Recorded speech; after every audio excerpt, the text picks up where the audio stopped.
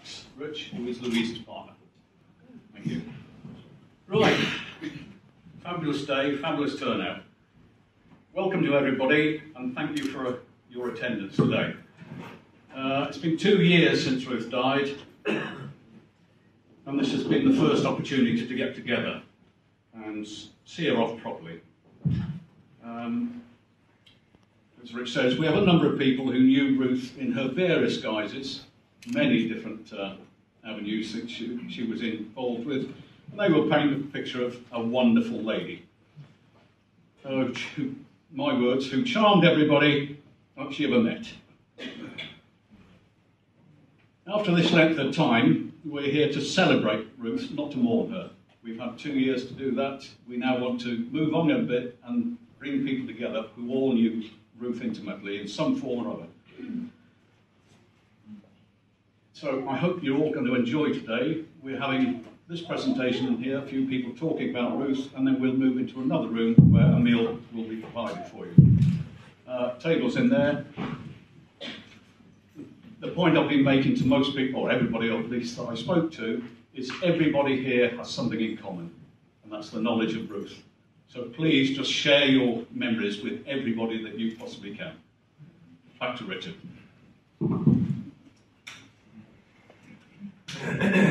Thanks, Ben. Jonathan Friedland will now lead the Kaddish, a traditional prayer for the dead. Can I ask the men to please wear their kippah or skull cap that you were given on entry? This is a formality of the Jewish life, and if you do not wish to do so, it's not a problem. Please note that they are seconds, but unused. Please also ignore the dictation inside, but if you want to in there afterwards, so please feel free to do so. And with that I'll hand it over to Jonathan. Thank you, Rich, very much indeed. So as you just heard, I'm going to be saying the mourner's prayer, the Kaddish for Ruth in a moment, but I'm not going to do it just yet. Because first I wanted just to say a couple of quick things. Firstly, I wanted to say how much Ruth meant to her extended family, the cousins, the cousinhood of Ruth, many of whom are here today. Ruth was always an absolutely great source of family stories, family legends, and also of high-grade intel about what was going on in the family right now. Some may call it gossip, but I would call it high-grade intelligence she provided. She also had an absolutely phenomenal memory. You may have forgotten your own anniversary, but Ruth would always remember. And as you see from your order here, I also wanted to say something about the Jewish connection, because although Ruth, I think, would have been the first to say that she was not a strictly religious person, her Jewishness mattered to her a lot. And those of us who remember her beloved parents, Sylvia and Mick, know that she grew up in a home steeped in Jewish history and Jewish values, and those meant a lot to her. Just to give you some sense of it, it was the case that Ruth and Sylvia Mick quite literally grew up above the shop. Ruth's grandfather, immigrant to this country, Barnett Mindle, together with his wife Anne, ran a menswear company, a clothing company, on number 28 Stoke Newington High Street, and above the shop was the home of Mick and Sylvia. And that is where Ruth grew up, really in the heart of what was then a very Jewish area, in a very Jewish business, the Schmutter trade, the garment business. That was on one side, on the side from Sylvia, and then the other roots obviously came from Mick, who died, in fact, 28 years ago today. A trade unionist who decided to die on May Day, the day of workers' freedom. Mick had been the leader of the United Ladies Tailors Trade Union, 3,000 members, all men. They made clothes for women rather than being women. The rule book was half in English, half in Yiddish. He was then a great leader in the National Union of Tailors and Garment Workers. This was the world Ruth grew up in. It meant that when other children were getting, rock and roll records given to her present, her gift from her father Mick, was instead a recording of the Internationale sung by the Red Army Choir. It was actually a record she cherished and loved, and that was the sort of environment she was in. It meant, anyway, that all the twists and turns of Jewish life, labour life, always interested her, and really right up until she died. She would be regularly on the phone to me, talking about the latest developments with, yes, the Labour Party, but Israel and where the two met, that sort of connection. So, Jews and those values that she was steeped in her upbringing were always really very, very important to her, and very important in my relationship with her, and the relationship I know many people in this room have with her. For all those reasons, I think it's completely right that now, if we can stand, I'll say the mourner's prayer Kaddish for Ruth.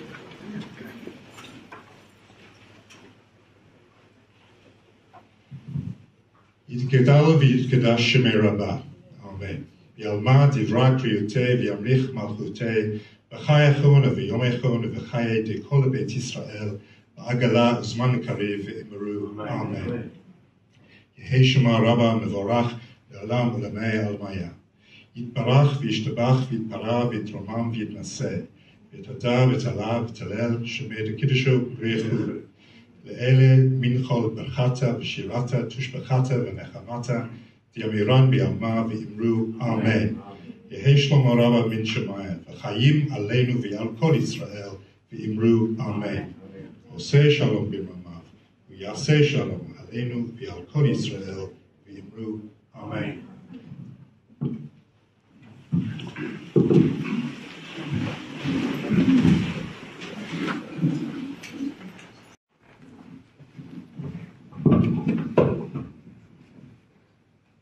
Thank you.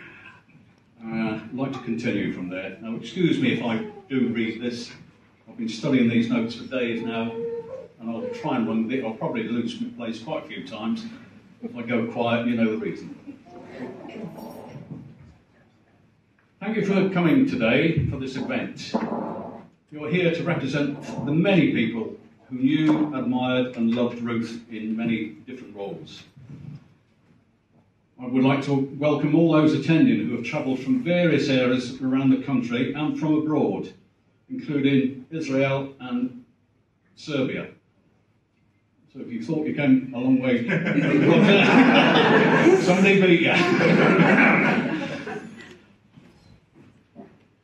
When Ruth died, we had support from people around the world who had met her in various guises. This was the use of Facebook and guidance from Louise, because I hadn't a clue how it worked.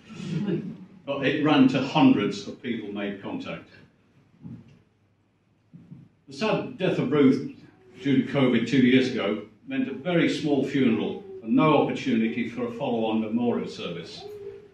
After this length of time, a memorial seemed a bit of a gloomy idea, as I'm sure that we've all thought about and remembered Ruth many, many times in those past 2 years. So Louise and I decided to call this event a celebration of life. Pick out stories which reflected how Ruth interacted with people. Now, I said we'll have it in the local village hall, but Louise said no. Well done. Thank you. Yeah. As we've already heard, Ruth was born in Stoke Newington in North London in 1947 to Mick and Sylvia. She was one of twins, but her sister sadly died within a few days. Now there's just a thought. Can you imagine two of them? She was brought up in a flat above a shop, as John has just said, with parents and one set of grandparents, and went to school locally. Her grandfather was a bookbinder, and her father was a trade. I seem to be repeating something here. Grandmother was a well-known cook, and her mother just got on with people, talked to everybody. As a small child, oh, hang on, excuse me, we're missing something. Rumus? Is that home? She's failed.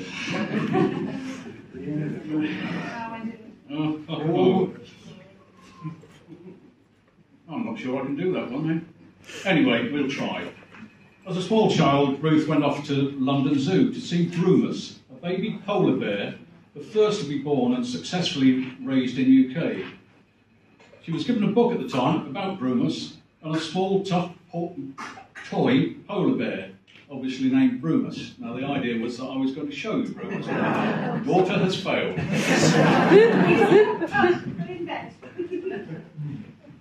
This little bear then continued to live with Ruth and travelled around the world wherever she went, and she did travel extensively. And I was going to say, and I'm pleased to show her to you. Can't do that now. -1. Ruth did not enjoy school and would often quote her school headmaster, who told her parents when she left school that the best thing would be to marry her off as quick as they could. However, Ruth started work and quickly moved into the field of fashion, working with several clothing firms. She eventually worked for the Clothing Export Council, setting up trade fairs in a variety of locations, including France, Germany, Italy, and Japan. There may have been others, but I'm not aware of them. After this, she became involved in the setting up of London Fashion Week, which continues to this day to publicise UK fashions. Her love of fine clothes obviously stemmed from this beginning and continued, I promise you, throughout her life. In 1974, Ruth set up her own PR business known as Ruth Mendel Consultants. Ideally suited for these tasks and never backward about coming forward, she began to develop a name for herself.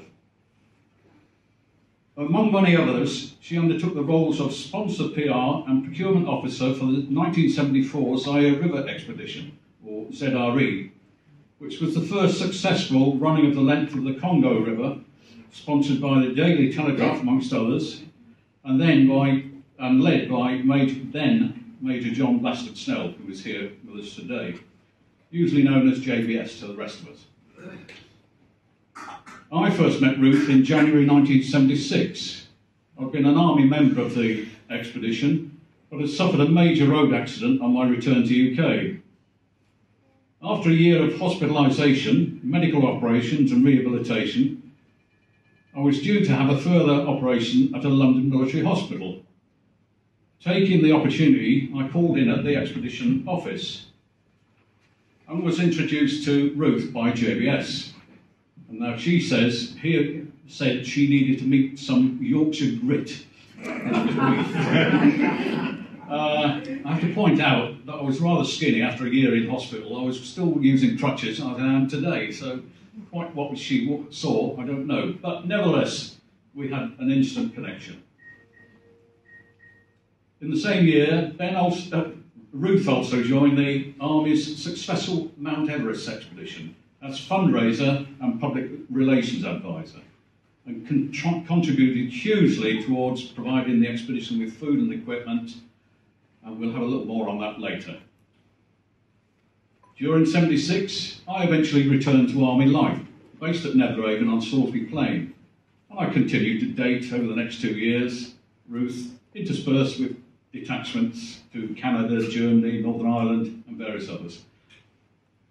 By 1978, the ZRE organisation had morphed into Operation Drake. Lost myself. Oh, thank you. An around-the-world expedition involving hundreds of young people, led by JBS with His Royal Highness the Prince of Wales as patron. Initially in the role of public relations, she was to be with the expedition throughout its more than 2-year existence. The expedition was run from room 5B in the bowels of the old War Office building in Whitehall, which occasionally flooded when the Thames overflowed. Ruth had fortunately found lots of sponsorship, and it included taking over an office at Gestetner House in Marylebone Road, which she used for the next couple of years, with occasional visits to room 5B when it was not flooded. The Gestetner company was a major sponsor, amongst many others. Ruth had by now the role of sponsor PR and procurement officer, a role in which she really excelled. In this, she sought commercial sponsorship in the form of money or goods or direct support from many, many sources. Her approach to a sponsor was very direct. Making an introductory telephone call, she would state, "I am Ruth Mindell, procurer to the HRH, the Prince of Wales." Yes.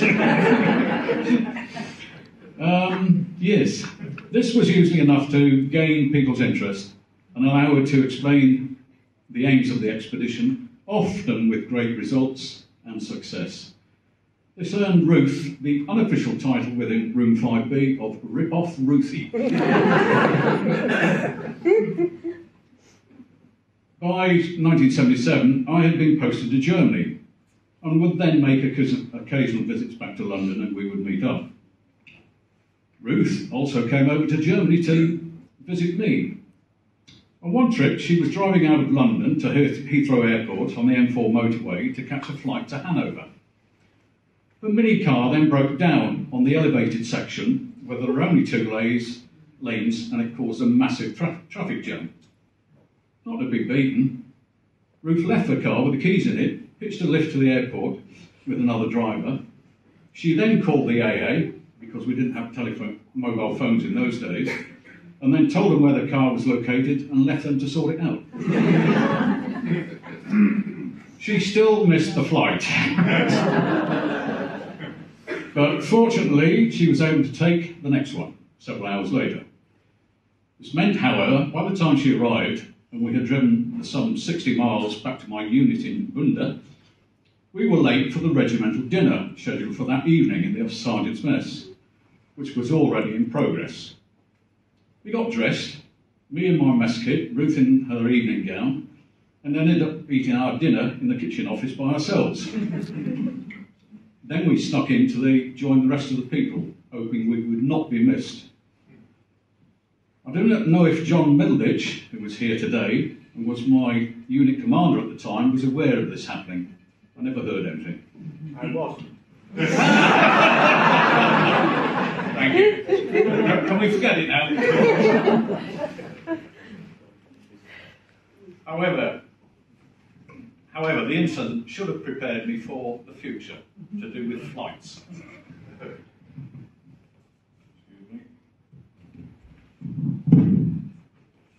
Not very professional this, but I'm not a professional speaker. I took part in several stages of Operation Drake, one in Panama and the second in Indonesia. The Panama expedition centred on a settlement set up by Scottish explorers in 1699, which failed unfortunately and was known as the Darien disaster. There was a good Scottish representation of people amongst our expedition, and Ruth had been tasked with moving a fridge full of haggis to Panama to celebrate Burns Night, which she achieved with the aid of British Caledonia Airways. Unfortunately, somebody forgot to plug the fridge in, and it failed, and the haggis suffered. Not to be daunted, she organised a second shipment in a freezer, which arrived and was successful, and we were able to have a celebrate Burns Night in a tropical jungle with haggis. Something which John instigated many years ago, and we do regularly.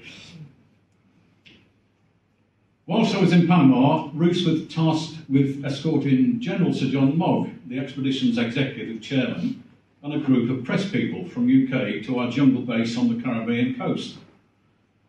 After flying from UK in an airliner, the party transferred to a short Skyvan, a rugged aeroplane designed to operate in such terrain. Ruth shared a double seat with what she thought was a large dog.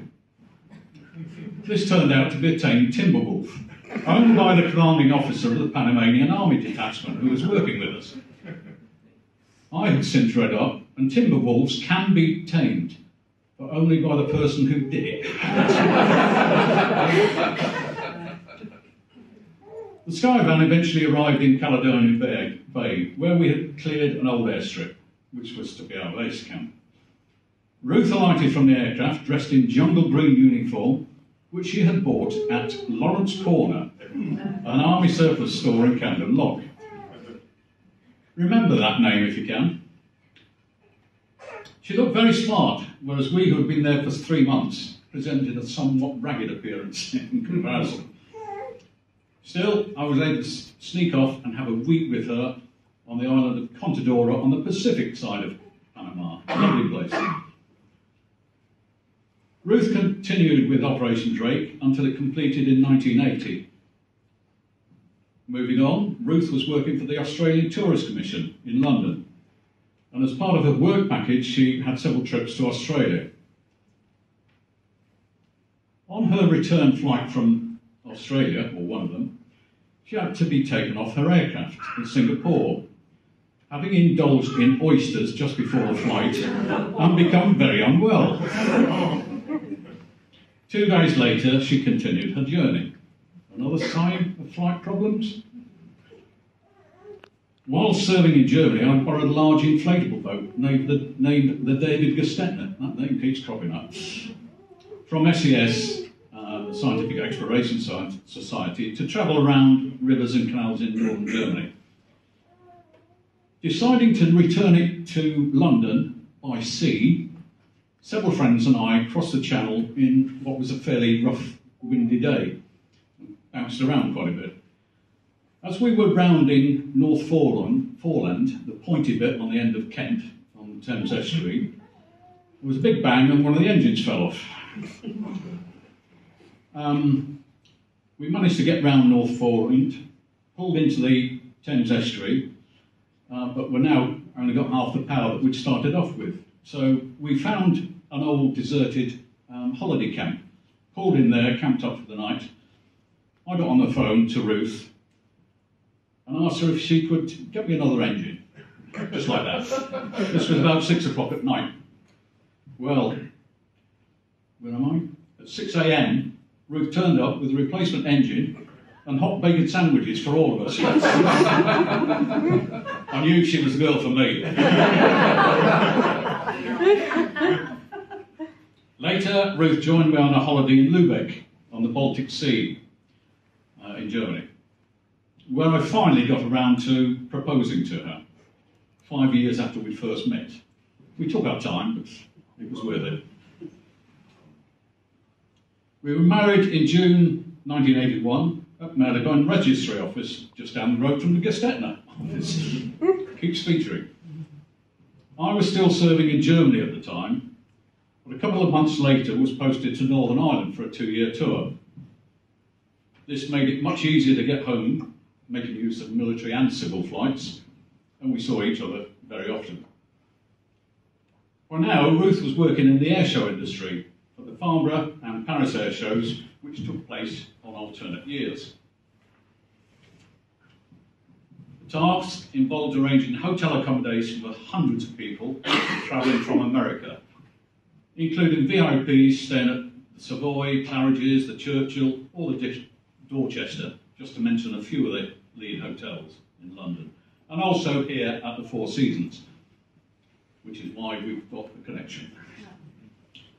To go with this, there was major events planning for the many VIP corporate events at locations such as Kensington Palace, Royal Hospital Chelsea, Banqueting House Whitehall, and many, many others, and meeting all the requirements that went with it. Immediately following my Northern Ireland tour, I was posted to the Falkland Islands. I like to keep on the move. This was a 4-month tour before a final posting to Middle Wallop for my last 15 months in the army. On arrival at Middle Wallop, I decided we needed to start my civilianisation after 22 years in the army. I had a certain way of thinking which perhaps needed to be opened up a bit. I chose to rent a house in Over Wallop, Brockhurst Cottage for those who know the village, rather than take an army quarter. Ruth was still working and living in London and would come down to Over Wallop for the weekends. For a city girl, as she was, Ruth quickly adapted to the country life, and the routine gradually changed so that the weekends in Hampshire were longer than the working week in London. So, after 4 years of marriage, we finally started to live together on a regular basis. We do take our time. One thing she loved were the ducks in the stream at the end of the garden. She would regularly feed them, which they appreciated. until I had to slow down as the ducks were quacking to be fed outside the front door at 6 o'clock in the morning. I started work in civilian life. The company I was working for sent me to a sister company in South Carolina, USA. And Ruth just happened to be in New York at the same time. So we arranged it so that she could join me, and we drove down from South Carolina to Florida over a couple of weeks. Sometime later, after returning to UK, Ruth rang me at work to tell me she had just received news of the most expensive present for her imminent 40th birthday. The present was Louise. It was sensitive not to that expectation. By now, we've spent a couple of years in Overwallock, and we finally had the opportunity to buy the house, which we have now lived in for 35 years or so. It was a great move for us. Ruth, unfortunately, suffered from various medical problems and spent a lot of time in hospital, but we lived with it. But she would, whenever she could, she would throw herself into village life. Each year, there was a church fete in the village. At one such event, Ruth suffered a fall and had to be stretchered from the fete to our home, being carried on a collapsible table being used as a stretcher. I think Peter possibly remembers that. Ruth was never one to let problems get in her way. She was still organising hotels and events for the air shows, which meant a month of intense work every year, quite apart from the long-term planning. She was now working with an American lady, Diane Silverstein, based in Georgia, and their relationship lasted for 25 years, though we still are in contact, although she was no longer working. As well as organising hotel accommodation for hundreds of visiting Americans and planning spectacular VIP events, she would often be involved with the wives of the VIPs, organising shopping trips, but only to the best locations and shops. During the actual week of the air show, whether in Farnborough or Paris, they would frequently work until 1 or 2 in the morning and then start again at 6 a.m.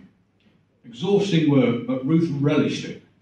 She was in her element, with a contact book list that covered hotels, transport, venues, restaurants, theatre tickets, florists, shops, military bands, and just about anything that was legal. Ruth's parents were by now feeling their age, with a 22-step flight of stairs to their flat. So we organised them to move to a flat in Bournemouth, forsaking the Stoke Using flat that had been the rented home of the Mindel family for most of the original 99-year lease, believe it or not. A little snippet about the Mindel family. There were actually 2 of them. Ruth's father, Mayor, known as Mick, had married Sylvia.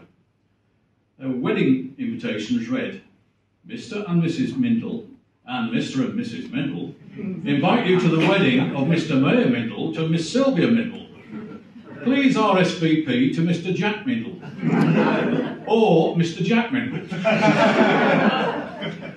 It caused me a lot of confusion in the early days as to which side of the family and which Uncle Jack I was dealing with. Having moved her parents to Bournemouth, there were frequent trips in both directions. Whilst this was happening, Ruth and her mother were able to discuss or argue over just about anything. Grandmother Knows Best did not sit well with Ruth, who had her own ideas. I still recall hearing one debate about how black a black dress was compared to how black another black dress was. They could not agree, but always made up in the end. There were still occasional trips to America for Ruth, both to East and West Coast. And of course, there were occasional incidents. She was flying back from San Francisco via Cincinnati, where she had to change flights. Moving through the transfer lounge, a baggage handler insisted on assisting her with her baggage, which consisted of a large suitcase with other bags strapped on with elastic bungee cords. Somehow, a bungee cord came adrift, snapped back and hit Ruth on the foot. The result? She was transferred to hospital to see if anything was broken, and she missed her flight. She eventually arrived home 2 days later in a wheelchair with a very colourfully bruised foot. Only Ruth could manage it. That was until Louise started to do the similar things, but that's another story. She can tell you that one. Ruth was a great one for giving presents to people, and trips to America meant plenty of opportunities to buy a range of presents that went into stock, hidden away in cupboards and drawers around the house. I'm still finding some of those 10 years after our last trip out there. As we've heard, Ruth was Jewish by birth, and whilst not regularly practicing, she loved the history and tradition of Jewish life.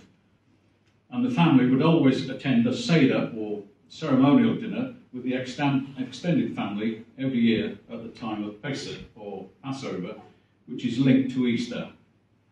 This often took place at Doris and Barry's house in Wembley.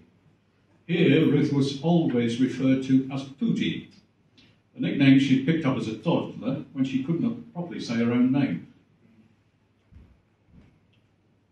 That's a very short recap of Ruth's life, which she and I shared for 44 years. The loss was devastating to me, and to Louise, and to, I'm sure, everybody who was here today.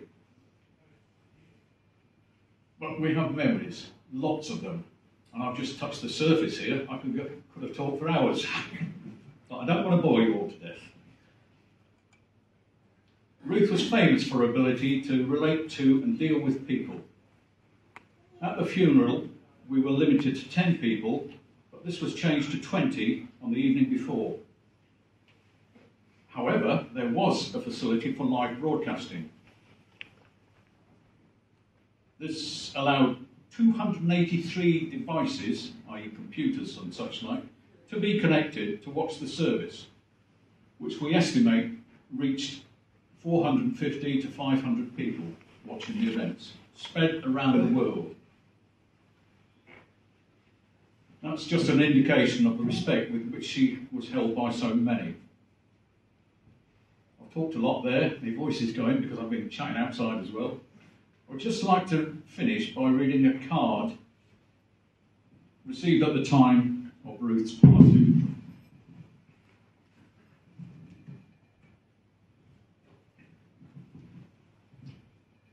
Dear Ben and Louise, I'm really saddened to hear of Ruth's passing, as I have been thinking of you both and how much she will be missed.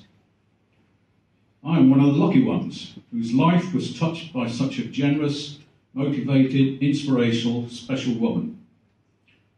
From the beginning of our friendship in 1978, she was always so encouraging and supportive to me, knowing exactly the right place to get my supplies for Op Drake, Lawrence Corner. And the contact she made for me on my return to the UK, not to mention her laughter and fun. I join you and many others who will miss her, but remain grateful to have known her. With much love, Claire. Thank you, Claire, wherever you are.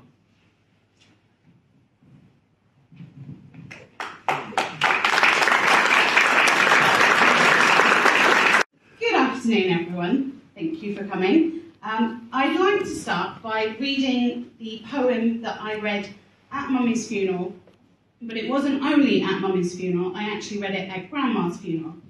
So it means a lot.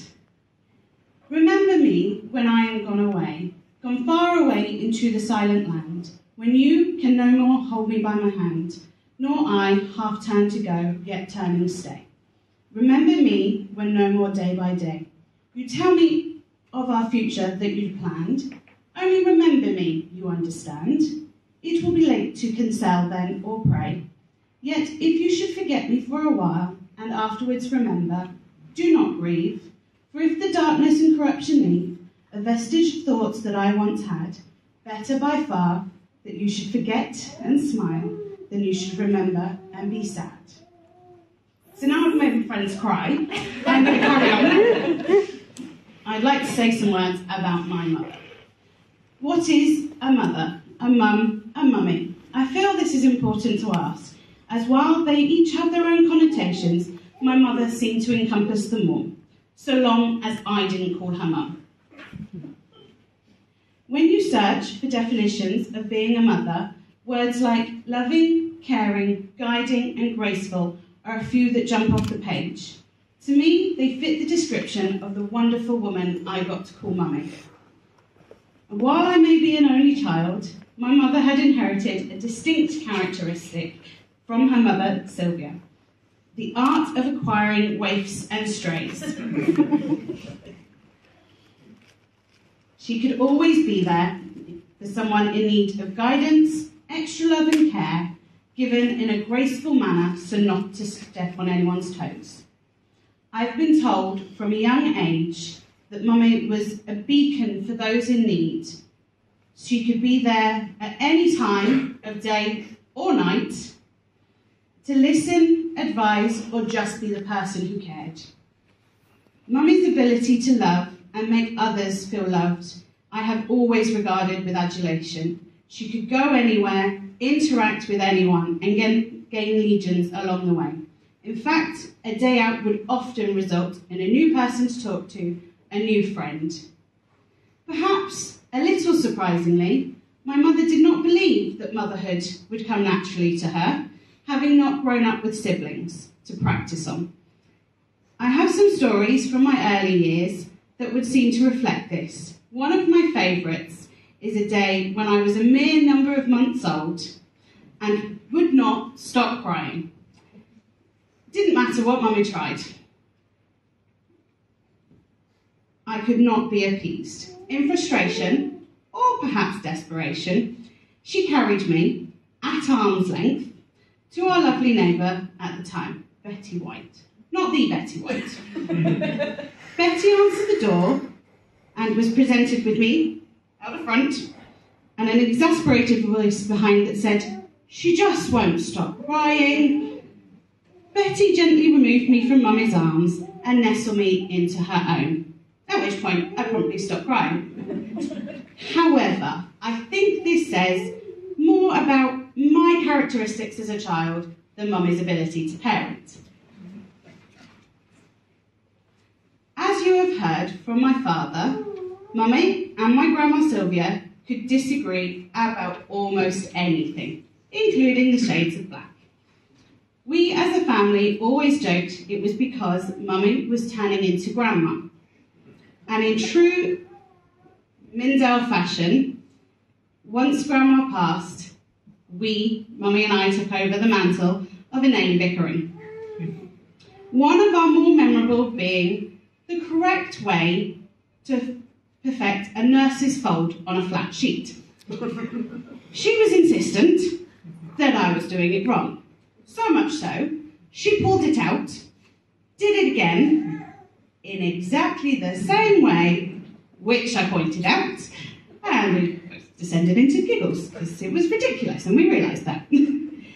We are all aware of Mummy's love of talking, and in later years, with the time that retirement allows, this ability to communicate came into its own. There were hours every day spent on calls to friends and family around the world. I feel I must apologise. Daddy and I are not that good. As I grew and made my own lasting friendships, it was clear they too were not to be just my friend. Mummy was getting involved too. Her interest in my friends' lives was not fleeting. From teenage fashion and dating advice to marriage and childcare, they have been taken under her wing for some 20 years. This mutual love and respect have been shown in my friends Ali, Wendy, Shiv and Bernice, who are all here today, coining the nickname Mum Number 2.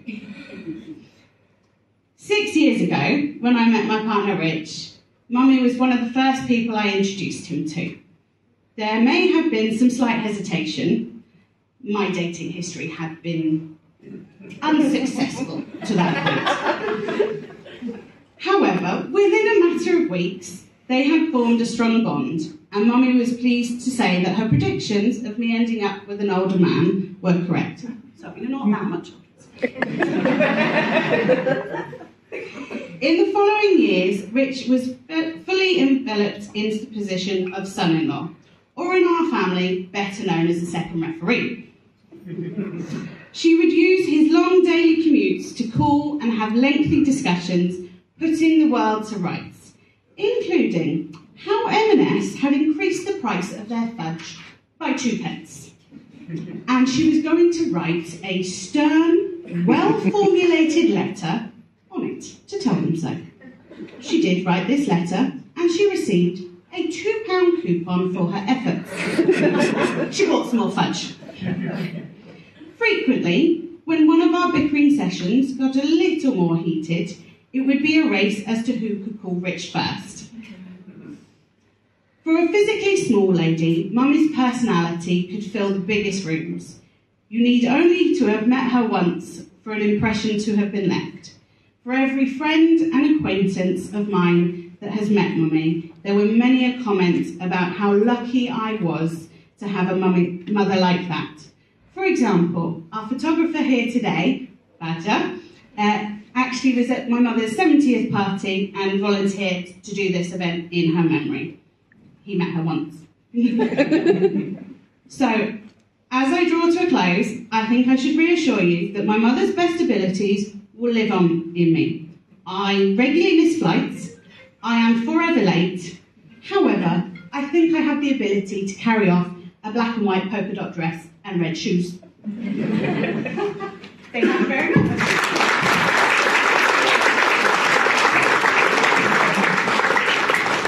I think most of my stories have already been covered.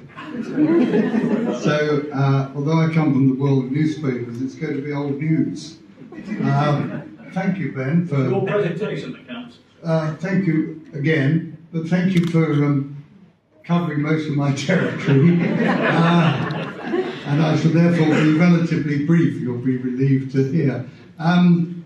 Ruth, let me look at my hastily made notes. Everest figures, Mount Everest. So there I was. Actually, there's a story before that, because I didn't realise until today that before I encountered Ruth, there was a connection.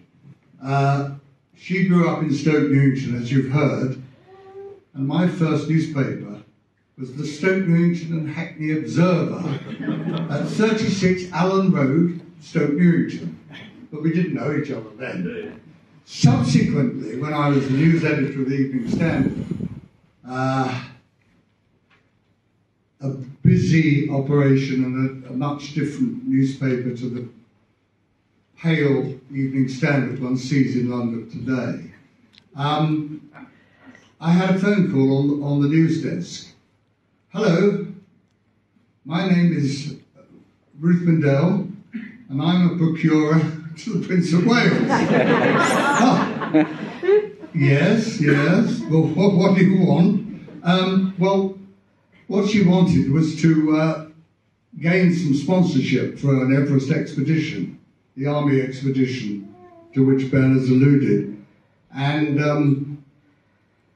I'll never know why, now or ever, but I said something to her which was quite extraordinary, whereas you would normally say something like, very well, we'll write in, tell us all the before the days of email, tell us all the details, why should we sponsor this expedition, and so forth.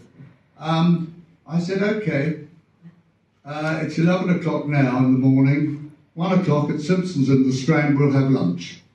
And we did. And I was beguiled by Ruth, and beguiled by her endeavours to raise funds for this expedition. And what came from that? Well, the Evening Standard had some superb and exclusive coverage, and I remember, and I'm not sure whether anyone has named them yet, but I remember the two particular chaps. I'm not sure that either is with us now, but one was called Brummy Stokes, and another was called Bronco Lane, and they were two SAS chaps who I think led the expedition, and they both suffered physically, as one does in mountaineering. Well, so far so good, and then came the wedding in 1981. Indeed. It did, and I was invited by Ben and Ruth to their reception in a magnificent apartment just by Victoria Station, and really I thought, do I want to go to this? I'm busy with my work at newspapers. And I thought, well, let's go. Might be a glass of champagne in it. And I did. And there they introduced me to a man who sadly is no longer with us, called Michael Colborne. Very nice chap, another guest at the wedding. Got to talk to him and found that he was probably the Prince of Wales' most intimate member of the staff at Buckingham Palace. And what followed from that is what follows, what I believe most journalists should aspire to and cultivate, and that is, as Ruth did in her world, and that is contacts. And he became the most wonderful, and I have to say discreet, which is a bit of a frustration for a newspaper man, but a wonderful contact. And I could call him about events at the palace, about Diana, about Prince Charles, about the Queen, and anything else. And he would give me, as a newspaper man, that's to say a poacher, not a gamekeeper, he would give me guidance. We might go a little bit further than that sometimes, as Jonathan Friedland will well understand from the newspaper world. Well, there we are. So, in a sense, both through her personality, through her warmth, through her beguiling way, through her friendship, Ruth changed my working life, and my wife is unfortunately not here today, but our personal life. She became a very dear, reliable friend, and I don't know what else I can say, except, this gathering is a testament to her personality, which I think has already been said, and I haven't come from Serbia or from Israel, but I have come quite a way. Nevertheless, I'm humbled and I'm honoured to have been given this opportunity to speak about Ruth.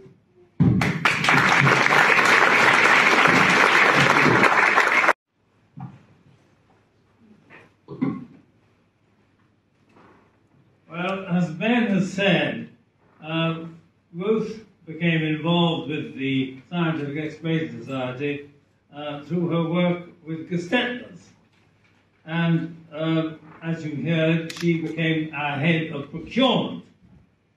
She was indeed a master at this. But I do remember on one particular day when she staggered into my office at the MOD looking rather tattered. Her blouse was not exactly torn, but it was in disarray. And she said, "I've been chased 10 times round a piano, and you've got 350 kilos of boneless rubbish as a result." She was extremely good at persuading people to give us all sorts of items. But at the end of the Zaire expedition, as has been mentioned, she assisted the Army Mountaineering Association with this Everest climb. And she came in to see me and she said, "I've got a bright idea, and I think I can raise a lot of money by getting Everest double glazing to support Brummy Stokes and Bronco Lane on the mountain."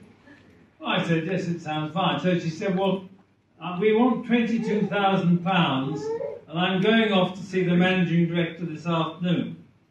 Well, she came back and she said, I think I've done it, but the boys have got to take a flag with Everest double glazing written on it, and they're going to fly it on top of Everest. And she said also, they've got to put a window in a building, and at the end of that you can see Everest by looking through the window.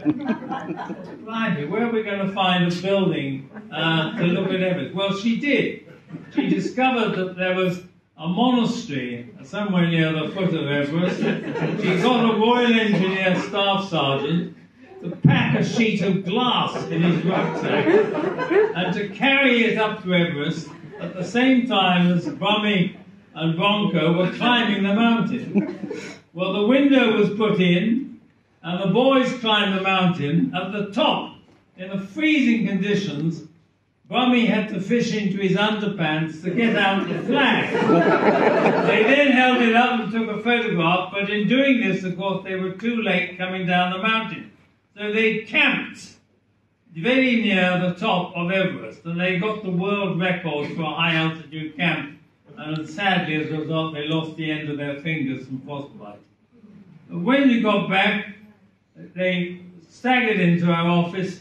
They'd taken a photograph of the flag, they had it all, the window had been put in and everything, they handed it all to Ruth, and Ruth shot off to see the managing director of Everest Double Glazing, and she came back spitting with rage. I said, what's wrong? He said, you know, they decided it's corny and they're not going to use it. So poor old Brummy and Bronco lost their fingernails for nothing, but it was an amazing effort. But Operation Drake was coming on, and amongst the tests that we had to assess the courage of the applicants for this, they had to weigh and measure certain animals. And one of them, which we produced, was a python called Monty. And Monty was about 12 feet long, and he was always hidden under some carpets, and people used to find him and jump back and say, oh, I'm not going to touch that, I hate snakes. And I remember seeing Monty on one occasion coming out from beneath the sacks with his tongue flickering in the light. And to give an example to these terrified youngsters, Ruth walked up to it and she said, I will show you how to weigh a python. You can't put it on the bathroom scales, it'll fall off, which she demonstrated. So she then picked up Monty, all 12 foot of him, wrapped him round herself, and stood on the bathroom scales and took A from B. And that picture appeared in almost every newspaper, and certainly in the Evening Standard, I think, was one of them. It was a remarkable act of nothing else, of courage. And she was a courageous person. But, furthermore, when we were doing a reconnaissance of the Scots colony in Panama, she decided that she would come out and see it firsthand. She'd never really been on an expedition, and she came off into the jungle with me, and we brushed through all this dense foliage for hours. And when we got back to the house in Panama City, where the local doctor was putting us all up, she was scratching a bit. And she went into the bathroom and she came out and she said, John, I've got some funny little things around my waist. I said, what do you mean? And she showed me one. Oh, I said, they're ticks. She said, yes, there are 54 of them. I said, how do we get them off? Well, I said, what you have to do is get an eyeglass full of vodka or something and hold it on, and you get as tight as a tick and you pull them off. And she said, but they're all in very funny places. I can't. You know, without blinking an eyelid, she stripped stark naked, laid on the kitchen table, and the expedition members, all men, then picked off.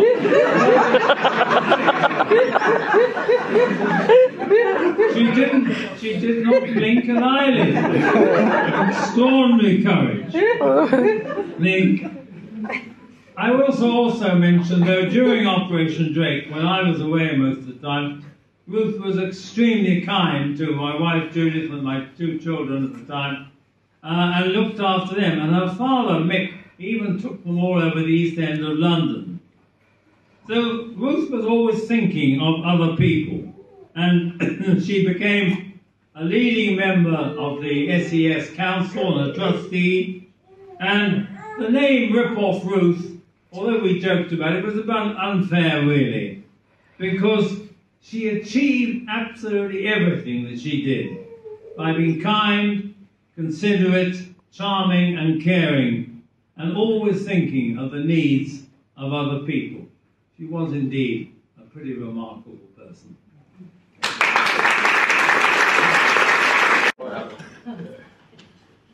Ruth and friendship. Friendship, that invisible and indefinable silken thread that binds 2 people together and sustains through the good and the bad times. We moved to Overwallop 21 years ago, and before we had completed on our new home, the lovely couple, Betty, moving out, invited us for drinks to meet the neighbours, and there was Ruth and Ben and a young teenage Louise, who served us nibbles. Everyone was very welcoming, and we knew it was going to be a happy experience living in the Wallops. Once settled in, Ruth and I met up again and developed a lovely, easy relationship, popping across the road to each other's houses for coffee or tea, or the occasional glass of wine or bubbly, and a natter. We would catch up on the local village gossip, but also discuss current events, and often enjoyed watching Wimbledon together, or maybe cricket or rugby. Ruth was an avid fan of all sport, as we know, and the TV was always on to watch big events. She was also very knowledgeable, as we've heard, on a wide range of subjects, and although we didn't always agree, we managed to find common ground in every situation. We were still both still working part-time for the first few years, but hardly a day went by when we didn't speak on the phone or in person, as our husbands will testify. Louise was still at school and I worked in Romsey, so occasionally I would drop her at school on my way into work if Ruth was unable to do so, and at other times I joined Ruth to visit her mother at her homes in Bournemouth. We got to know each other's families well, and when our grown-up children visited, Ruth was always interested to know how they were getting on and loved to pop over and see them. Ruth and Ben also got to know my brother and sister-in-law when they visited. As an Anglican vicar, Peter was interested to hear about Ruth and her Jewish faith, and they kept in touch by email from his home in Scotland and after their move back to England in Herschel. When Peter died 3 years ago, Ruth and Ben were at his funeral to support us all. Often, when I went across the road for coffee, Ruth would appear at the door with her phone glued to her ear as she chatted to other friends and relations. She was obviously keeping in touch with each and every one of you. Latterly, as her health deteriorated, the phone was even more vital to her, and the first thing she asked for when being taken off to hospital after breaking her hip at home. Keeping in touch was something we all know Ruth was brilliant at. She had time for everyone and made each of us feel very special. It is a quality few possess, but so valuable to those of us touched by it. And I, for one, will be ever grateful for Ruth's silken thread of friendship and love. And that's what it was all about. Ruth and stories about Ruth. Fantastic lady. Fantastic mother to Louise. And I just can't add any more. You've heard about her and the respect that people had for her. She was a wonderful, wonderful lady. And you've been a wonderful audience. Thank you very much as well for that. It's been an honour to put together this celebration of Ruth's life, recording both as a Mindle and as a Cartwright, wearing 2 hats at least. My thanks go to Louise for a major amount of organising, even if she would not take my advice on certain things, just like a mother. The same goes for Rich and for the hotel staff that you're going to see very shortly. Everybody's pulled their finger out and done a fantastic job today. Thank you to everyone for turning up today. what we're going to do now is move into another room where there will be food provided. A number of tables there of a certain size. But the thing I've been saying to people as they arrive, the thing we all have in common is we all have something to do with Ruth. So please feel free to mix and just spread the stories and the yarns about the wonderful lady.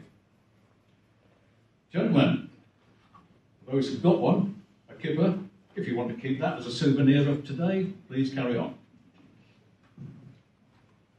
Hopefully now Louise can tell us what's going to happen to be guided in next door.